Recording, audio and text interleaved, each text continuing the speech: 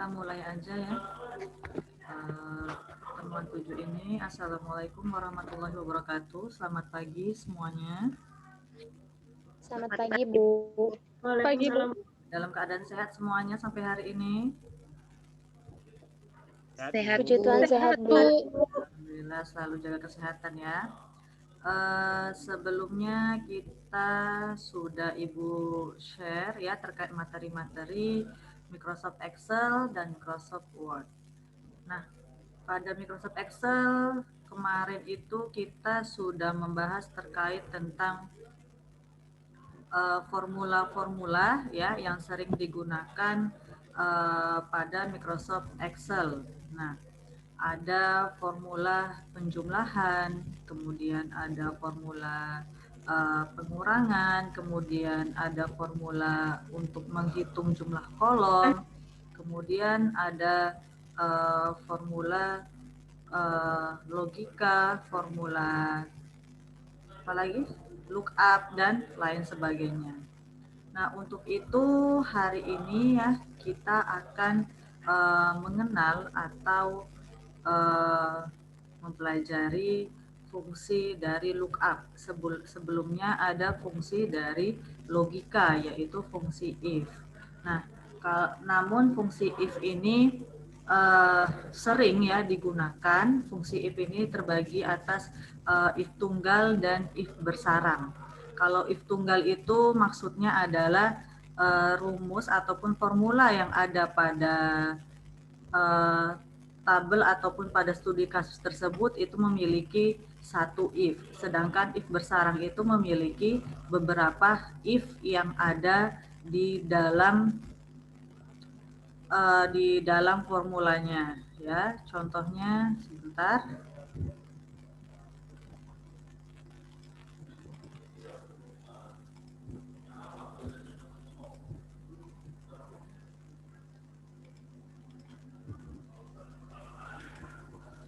Ya, contohnya sebenarnya sudah ada pada materi yang sudah di-share sebelumnya. Ya, seperti ini. Nah, ini terkait tentang fungsi logika. Ya, kemarin ada kan latihan seperti ini di materi ke-6?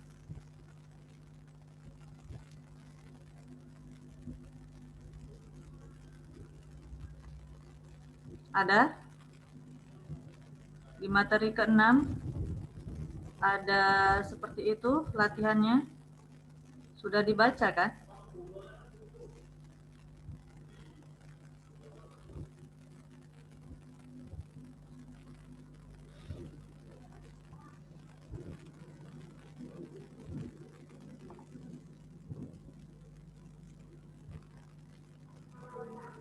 Halo?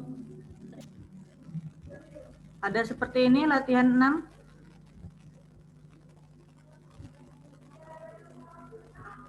Berarti belum dibuka ya, belum dibaca ya? Belum dikerjakan ya latihannya ya? Hanya di-download aja.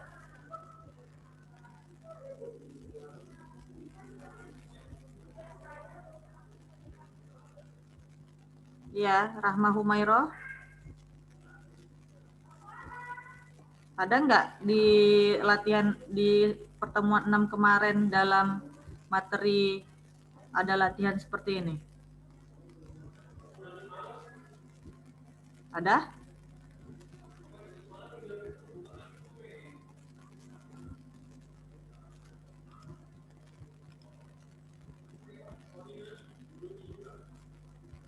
Ada? Rahma Humairo? Ada, Bu. Ada? Kenapa nggak dibilang dari tadi ada? Tunggu ditanya baru bilang ada. Ya, hanya tinggal bilang ada aja kok pada diam semua. Nah, jadi yang dikatakan if tunggal itu seperti ini ya. Nih. Nah, if tunggal itu dia memiliki satu formula ataupun satu fungsi logika if ya. Itu kita nyatakan dia fungsi logika itu secara tunggal ataupun bersarang itu tergantung dari persyaratan ataupun statement yang mau dibuat di dalam formula tersebut. Ya, contohnya seperti ini. Di kolom tunjangan istri, ya, contohnya di kolom tunjangan istri tersebut memiliki ketentuan bahwasannya, ya, jika pegawai memiliki status N, maka mendapatkan tunjangan istri 200.000. Selain itu tidak mendapatkan tunjangan. Ya. Nah, itu dapat ditentukan di dalam sebuah statement. Nah, kemudian kalau fungsi logika bersarang itu seperti ini, bersarang ataupun bertingkat, memiliki beberapa banyak persyaratan ataupun formula if. Nah, jika if-nya banyak, maka di sini tutup kurungnya juga harus disamakan jumlah dengan if-nya.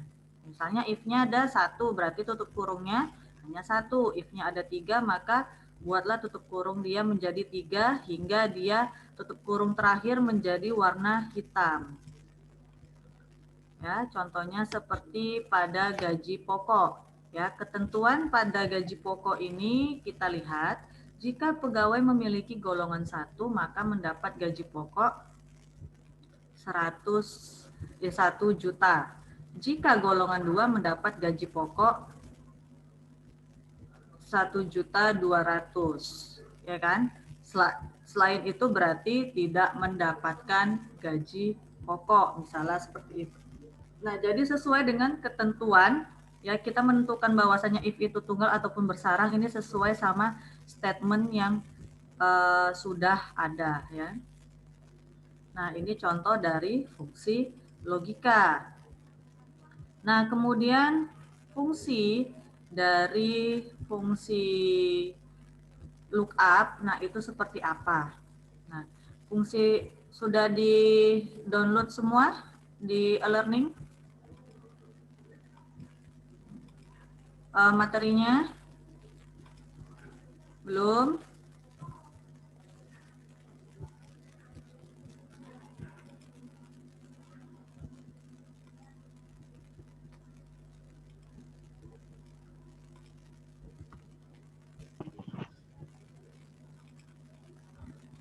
Suara saya dengar kan?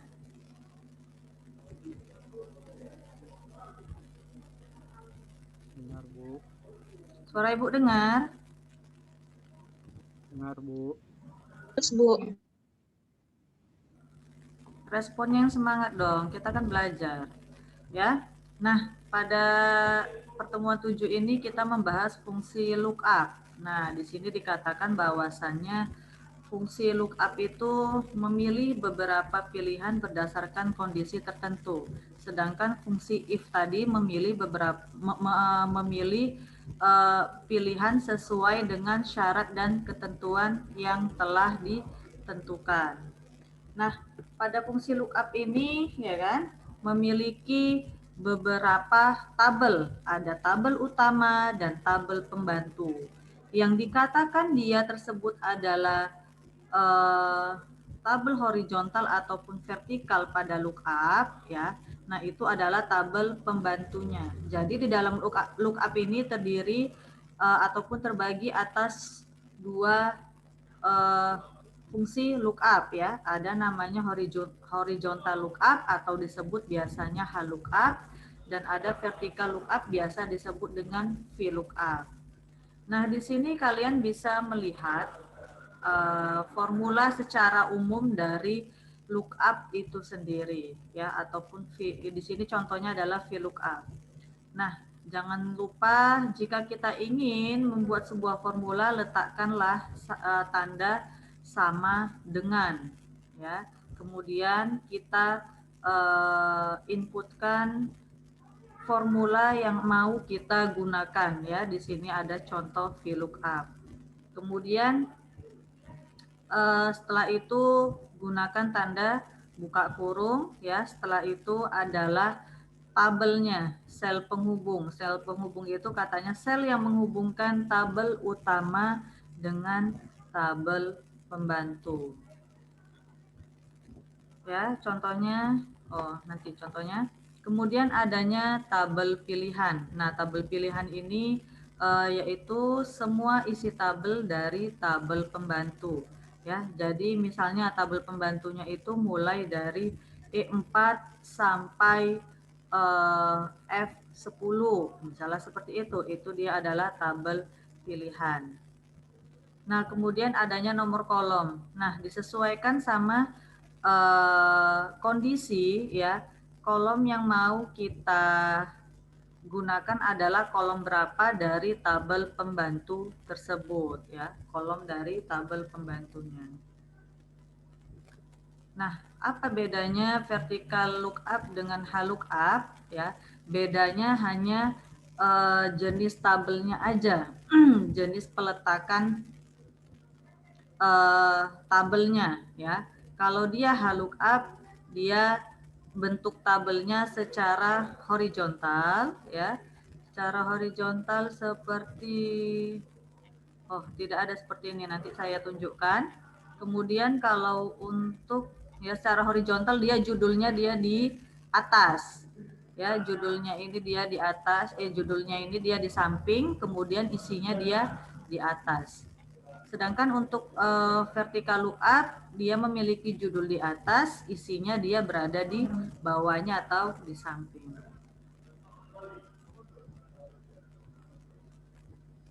Ya, ini contoh dari lookup ya. Ini daftar harga barang, ini adalah tabel utamanya. Baik salah. Daftar barang ini adalah tabel pembantunya, ya. Tabel pembantunya ini berbentuk HLOOKUP atau VLOOKUP, secara horizontal atau vertikal ini menurut kalian? Bentuk tabel pembantunya ini secara vertikal atau horizontal?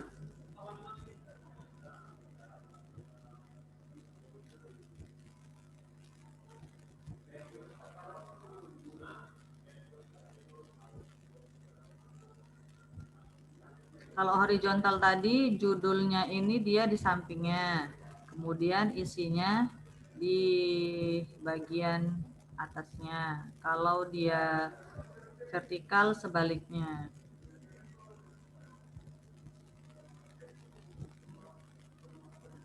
Ini contoh tabel pembantu, ini adalah tabel utamanya. Tabel utamanya itu tabel yang akan kita isi. Nah, jadi dari contoh ini, daftar harga barang, tabel pembantunya ini berupa bentuk vertikal atau horizontal?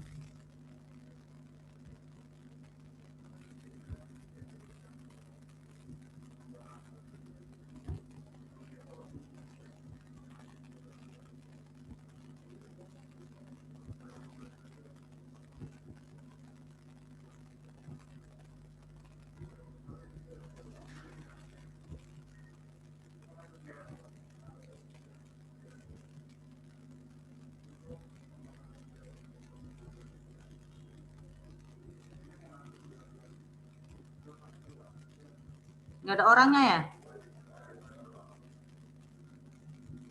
Nggak ada yang mengikuti Zoom ini? Ada, Bu.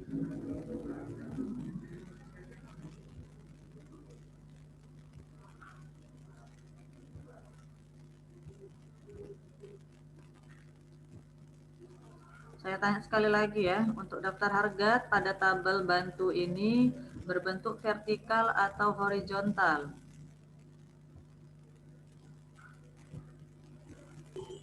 Vertikal. Ya, berbentuk vertikal. Berarti kita menggunakan fungsi VLOOKUP atau HLOOKUP untuk tabel utamanya.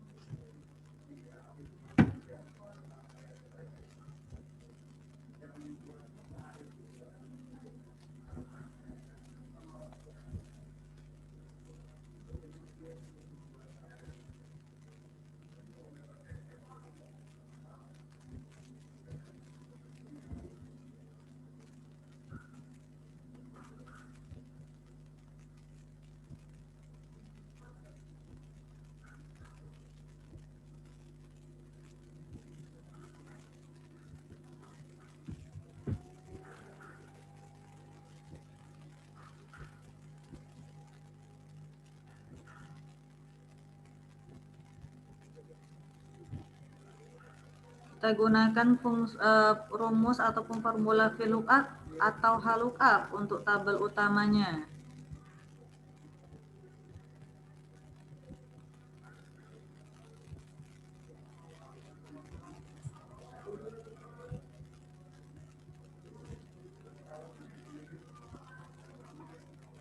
VLOOKUP, Bu. VLOOKUP, Bu. Apa? VLOOKUP, Bu.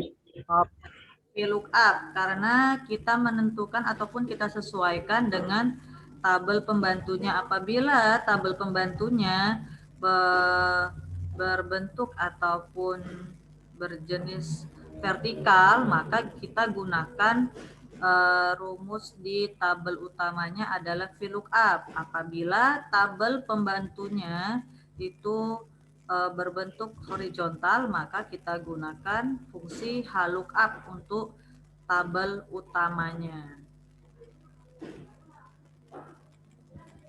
Ya, seperti ini. Ini sudah dijelaskan nih dari tabel di atas ya, bahwasannya tabel tersebut adalah tabel VLOOKUP. Nah, untuk nama barang ya, dikatakan bahwasannya nama barang ini berarti kalau kita lihat secara kasat mata, nama barang ini diisi dengan nama barang apa aja. Ini kan nama barang ada scanner, printer, mouse sesuai dengan kode barang. Ya kan? Berarti nama barang yang ada pada KP02 ini terisi dengan printer, ya kan? Ini kan kebetulan ini tabelnya atau tabel utamanya ini hanya beberapa baris ya. 1, 2, 3, hanya 5 baris, hanya sedikit. Mungkin kalau kasat mata kita ngapain pakai fungsi lookup lagi, langsung aja kita isi KP2, langsung lihat di sini printer, ya kan? KP01, langsung lihat sini scanner.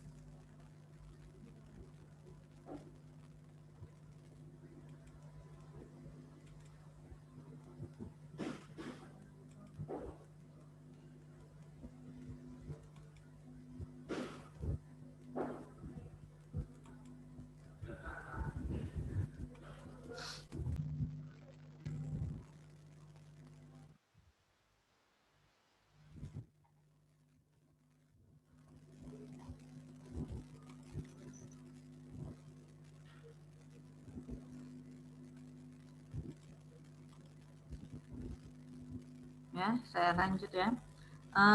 Misalnya ini kan hanya 5 baris ya ada pada tabel utama.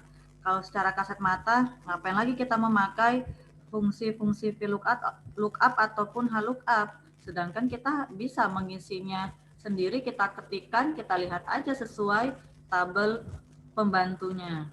Nah, namun itu tidak efektif apabila tabel pembantunya memiliki baris yang sangat banyak ataupun memiliki baris puluhan, ya sebanyak puluhan ataupun ratusan. Ini kan hanya sebagai contoh aja, jadi dicontohkan hanya 5 baris, ya kan? Nah, jadi kalau untuk nama barang ini isinya ini ya, ada printer, ada mouse, kita sesuaikan. Berarti nanti kita pilih dulu ya. Nih kita pilih dulu, katanya ketikkan dulu sel penghubungnya. Sel penghubungnya adalah D15 ya. Sel penghubungnya adalah D15. D15 itu mana? Ini kode barang. Kode barang yang ada pada tabel utama. Karena inilah yang mau kita cari sesuai sama nih katanya. Sel penghubung itu sel yang menghubungkan tabel utama dengan tabel pembantu. Ini dia. D15 itu adalah sel penghubung. Ini kodenya, kode dari sel pembantunya yang mau kita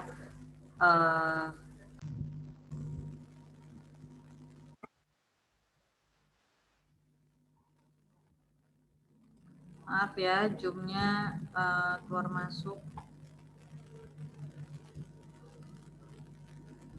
Iya, Bu. Nah, bisa kita lanjut ya.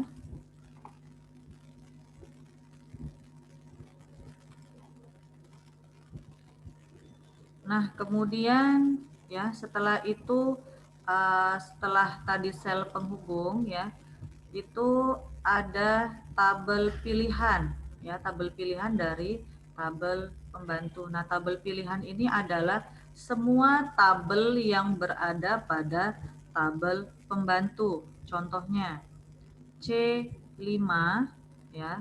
C5 berarti ini ya.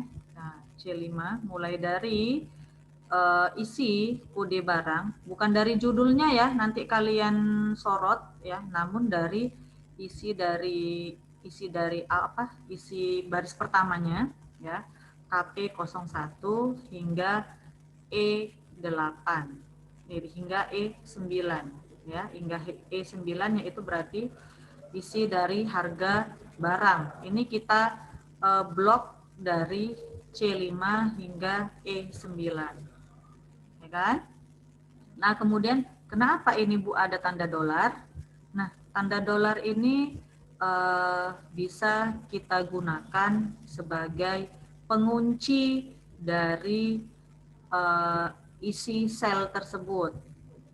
Ya, misalnya jika kalian membuat sebuah formula, kalian dengan tujuan ataupun dengan ketentuan yang sel yang sama, ya kan? Maka kalian ingin mengcopy ke bawahnya untuk mempercepat. Nah, itu gunakan